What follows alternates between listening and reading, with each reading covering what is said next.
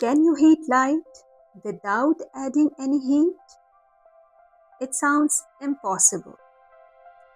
Yet in thermodynamics, that's exactly what happens. Let's test your understanding with a fascinating numerical challenge.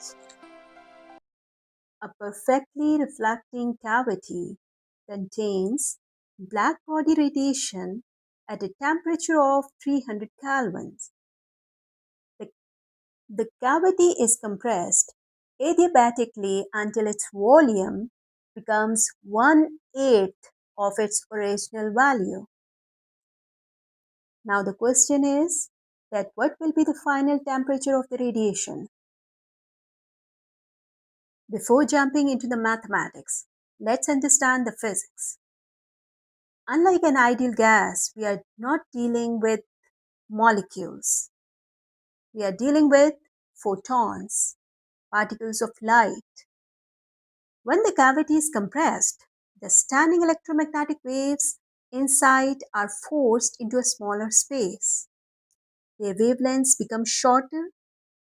A shorter wavelength means a high frequency. And since the energy of every photon has direct relation with frequency, therefore the energy of the radiation increases. No heat enters the cavity. Instead, the work done during compression increases the energy of the electromagnetic field. That's why the temperature rises. Now let's solve the numerical. The initial temperature of the radiation is T1 and its value is 300 kelvins. The initial volume is V1. The final temperature is T2 and the final volume is V2, which is equal to 1/8 times V1. For adiabatic compression of black-body radiation, temperature is inversely proportional to the cube root of volume. It can be written as T is equal to constant times 1 over the cube root of volume. This is equal to constant times 1 over the cube root of V1. Similarly, T2 is equal to constant times 1 over cube root of V2. Now, dividing equation 2 by equation 1, we will get T2 by T1 equals to the reciprocal of the cube root of the respective volumes. That is T2 over T1 is equal to V1, cube root of V1 divided by cube root of V2.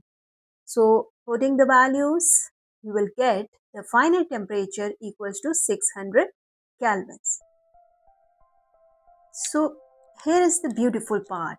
Nothing was heated, no flame, no electrical heater, no energy entered as heat. The temperature increased because the available space for electromagnetic waves became smaller. The geometry changed and the energy distribution changed with it. Sometimes physics teaches us that changing space is enough to change energy.